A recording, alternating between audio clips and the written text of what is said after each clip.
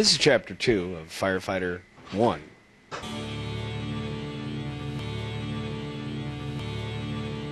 Firefighter Safety and Health.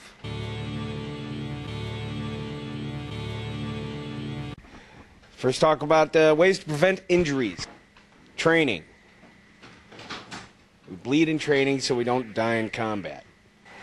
Maintaining company discipline and accountability. Why do we want to maintain accountability?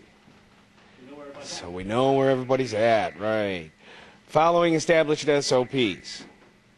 They're established SOPs for a reason. They're tried and true. We know they work. Use them. PPE, personal protective equipment.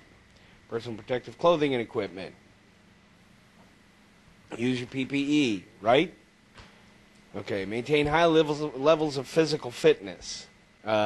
Definitely wear your PPE all the time. When we're on medical scenes, of course, we want to wear glasses or goggles, especially if you're dealing with body substances, body substance isolation, including gloves, face shields if we need them, full whatever. NFPA standards relate to firefighter safety and health. Consensus documents, not law unless adopted by a governing body. We know that many U.S. and Canadian governing bodies have adopted some NFPA standards, others have not. 1500. Most comprehensive firefighter safety and health standard. Yes, it's very comprehensive. Specifies department safety and health program minimum requirements and can be applied to any fire department or similar organization. Fire departments should recognize safety and health as an official objective, provide as healthy and safe a work environment as possible. Yes, it promotes safety through the fire service, policies and procedures, training and education, apparatus, equipment, drivers and operators, protective clothing and protective equipment. All are in topics of NFPA 1500. Emergency operations, facility safety, medical and physical requirements, member assistance and wellness programs, critical incident stress management program. Fire department must develop an organizational risk management plan, safety and health policy. Defines roles and responsibilities, establishes safety and health committee, keep records, appoint a safety and health officer.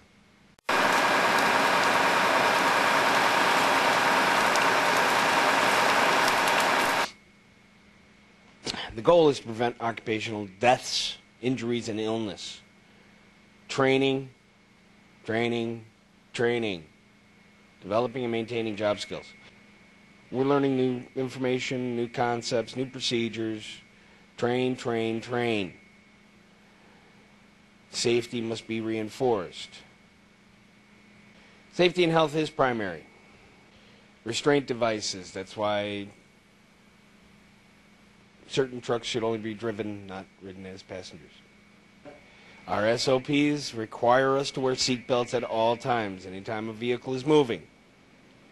All apparatus driver operators must be trained. Personnel riding in apparatus must be seated and securely belted. Inside the cab when in motion. 3 exceptions: hose loading, tiller training, and some EMS operations. Hearing protection must be worn above 90 decibels. The department does provide us one set of turnout gear: helmet, hood, coat, pants, SCBA. Incident management system, we do use the NIMS ICS.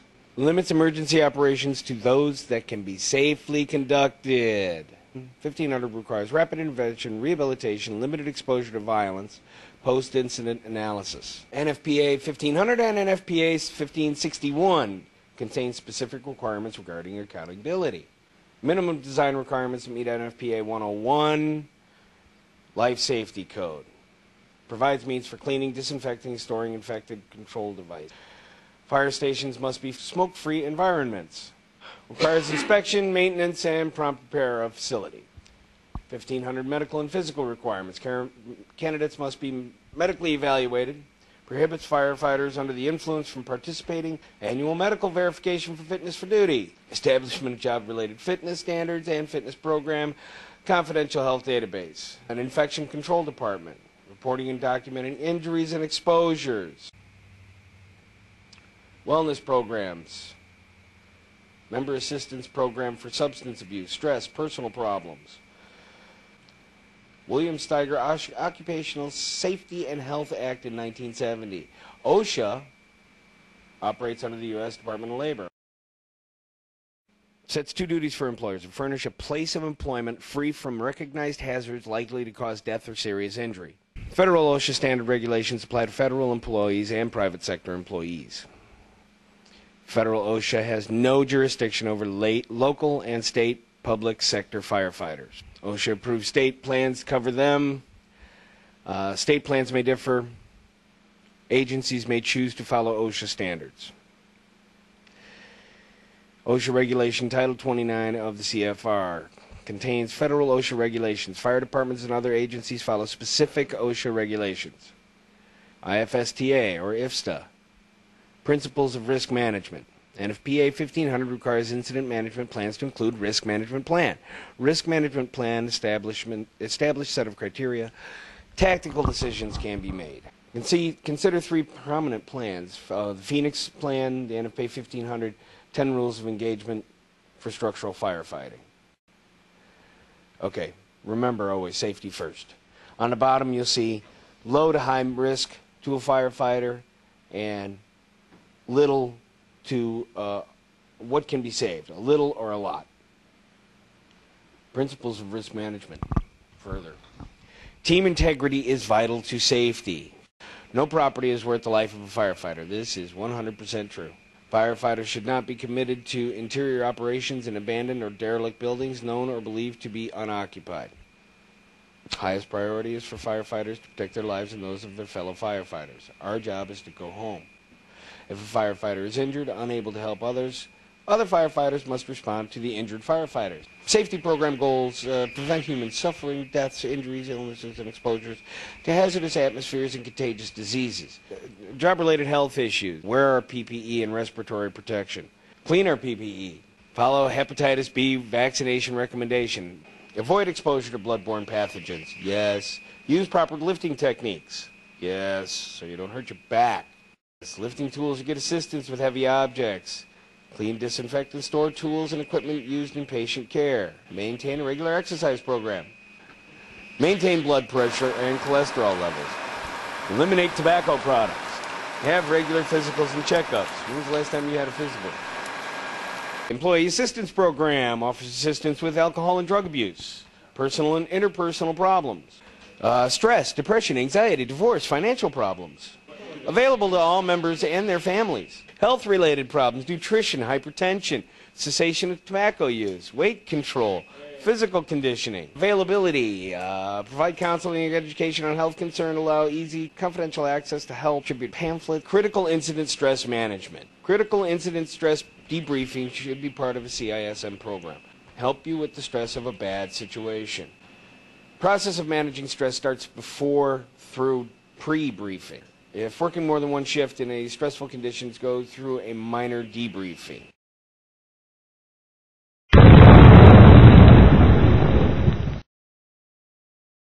Okay, riding on the apparatus. One of the most common dangers for firefighting. Most departments require all protective clothing on when entering cab. Some departments allow driver operators to wait to don coats and helmets.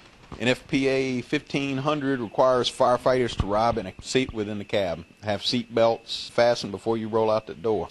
Hearing protection is needed if sirens and engine noise levels exceed 90 decibels. Volunteers responding in own vehicles should use defensive driving. Should not exceed the speed limit and don't pass on the double yellow. So all the normal laws apply. If riding in an unenclosed jump seat, use safety bars and wear appropriate PPE. In most cases, use steps and handrails when mounting and dismounting. Safety in the fire station: personnel safety. Improper lifting techniques cause back strain, bruises, sprains, and fractures, damaged equipment. Correct lifting techniques keep the back straight Lift with the legs. Do not lift or carry heavy or bulky objects without help. Slip, trip, or fall. Poor footing, minor or serious injuries, damaged equipment, good housekeeping can prevent. Accidents can happen if firefighters are not properly trained. Poorly maintained tools and equipment can be dangerous.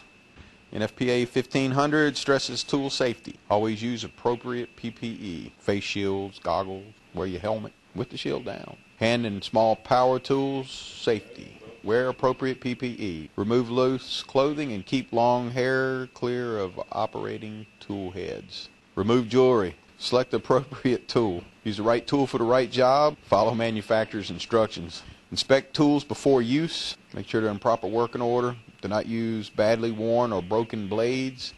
Those should be inspected regularly. Provide adequate storage space and return tools after use. Inspect, clean, and put all tools in a ready state before storing. Consult with manufacturer before modifying any tool. Do not remove safety shields or compromise built-in safety devices. Power tool safety. Grinders, drills, saws, and welding equipment are common. If improperly used, can cause serious or life-threatening injuries. Only firefighters who have read and understand manufacturer's instructions should use power tools. Tool repair must be made by a trained and authorized person. Keep accurate records of repair. Any electrical tool not marked double insulated should have a 3-prong plug. Match the saw to the task and material to be cut. Never force a saw beyond its design limitations. Have hose lines when cutting materials that generate sparks. Avoid using in potentially flammable atmospheres. Keep bystanders out of work area. Follow manufacturer's procedures. Allow gasoline-powered saws to cool before refueling. Keep blades and cutting chains well sharpened. Use extreme caution when operating any saw above eye level. Always wear appropriate protective gear. Refer trainees with symptoms to a physician prior to participation. Take into account environmental conditions. Do not allow horseplay or unprofessional conduct. Safety and training, live fire exercises must be conducted according to NFPA 1403. Key requirements of NFPA 1403 is site preparation, clear sight of potential hazards. Key safety requirements of NFPA 1403, student to instructor ratio of 5 to 1 may not be exceeded. Must be a designated safety officer and an instructor in charge. Cannot use human beings as victims. Another key safety requirement, fires may not be set in egress routes. Uniforms and PPE must conform to NFPA standards. Prerequisite training, all participants must have had basic fire training. Water supply, adequate water supply must be provided separate for attack and backup lines. Key requirements of NFPA 1403, training plan must be prepared and a briefing held. Fuel must have known burning characteristics. Ventilation means must be provided to prevent uncontrolled flashover and backdraft. Maintain and service equipment. Equipment for fire training must be in good condition. Frequently wears out sooner. Should be inspected before each drill. Records and testing. Records must be maintained on all equipment for training. Training equipment should be tested according to manufacturer's instructions, applicable standards. Emergency scene preparedness. Accidents or injuries at emergencies, often caused by a series of events, can be prevented by being in a ready state. Be in the proper uniform, physically rested, and mentally alert. Ensure all tools and equipment are in place and working. Ensure PPE is in proper location. Actions for preparedness beginning work shift. Ensure SCBA is fully functional. Ensure EMS equipment is checked and restocked. Actions for preparedness in the fire station. Firefighters must never put themselves in a position to delay response. When alarm sounds, stay calm and listen to dispatch. Quickly and calmly mount apparatus. If a firefighter is out of balance, he or she must correct the situation before going on to the next stage. Firefighters must never operate in a manner that makes them a part of the emergency or creates a new one. Emergency scene safety. Incident commander. Officer of the first arriving unit begins to control incident by assuming command and using an incident management system.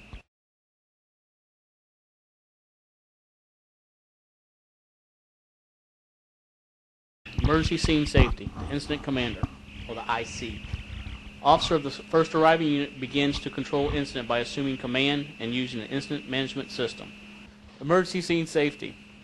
Initial IC must size up critical factors, life safety hazards, nature and extent of emergency, building type, arrangement, access, resources, and special hazards.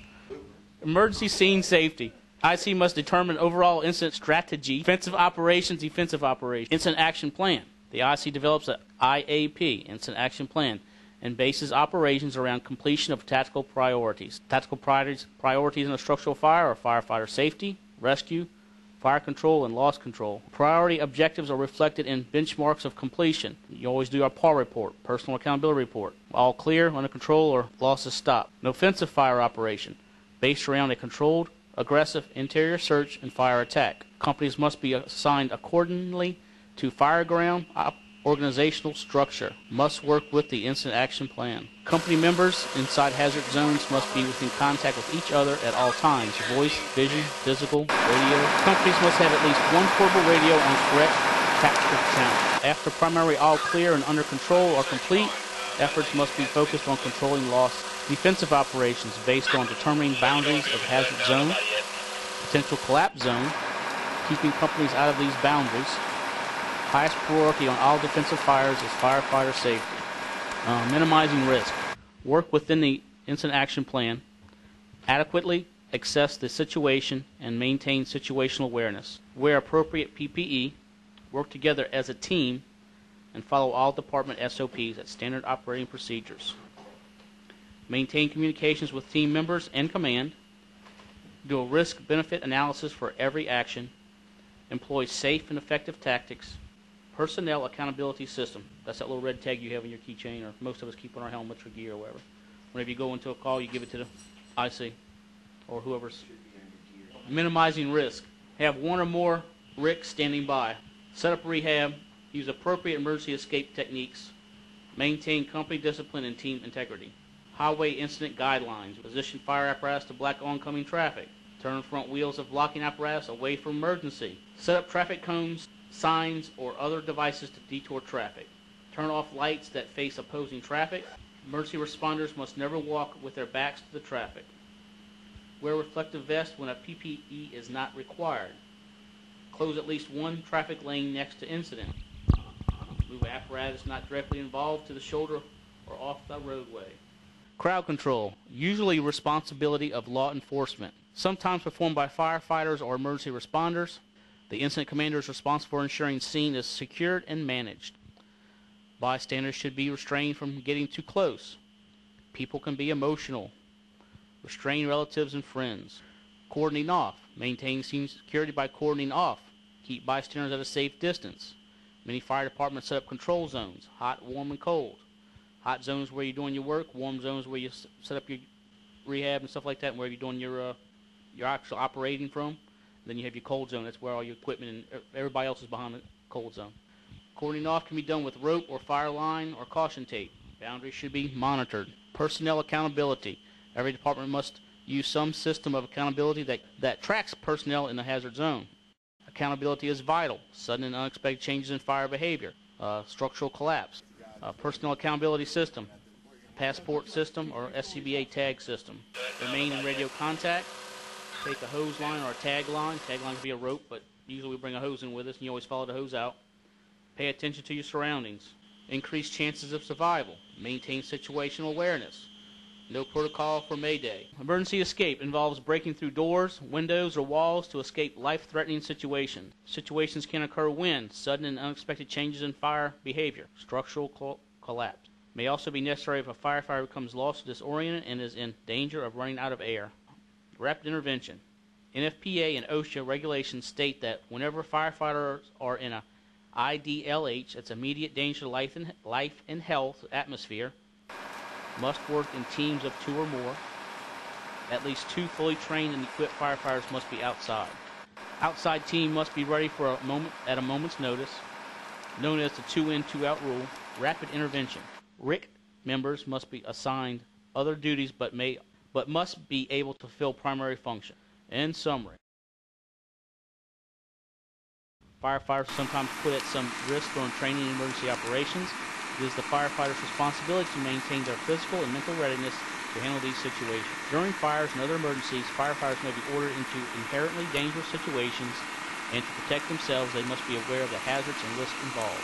Firefighters must also remember that along with their department, they are responsible for their own safety, and firefighters must remember that most fundamental of all firefighter safety rules: everyone looks out for everyone else. And we have some questions. What are the 3 ways to prevent firefighter injuries? What NFPA standard specifies the minimum requirement for a fire department safety and health program? What are the 3 IFSTA principles of risk management? What are 3 guidelines that can help firefighters maintain their personal health? What can firefighters do to help prevent slips, trips, and falls in the fire station? What are 2 safety rules for hand tools and small power tools? What are 2 safety rules for power saws? What NFPA standard must live fire training exercises meet? And what is one type of personal accountability system? And the 2 basic interior operating techniques.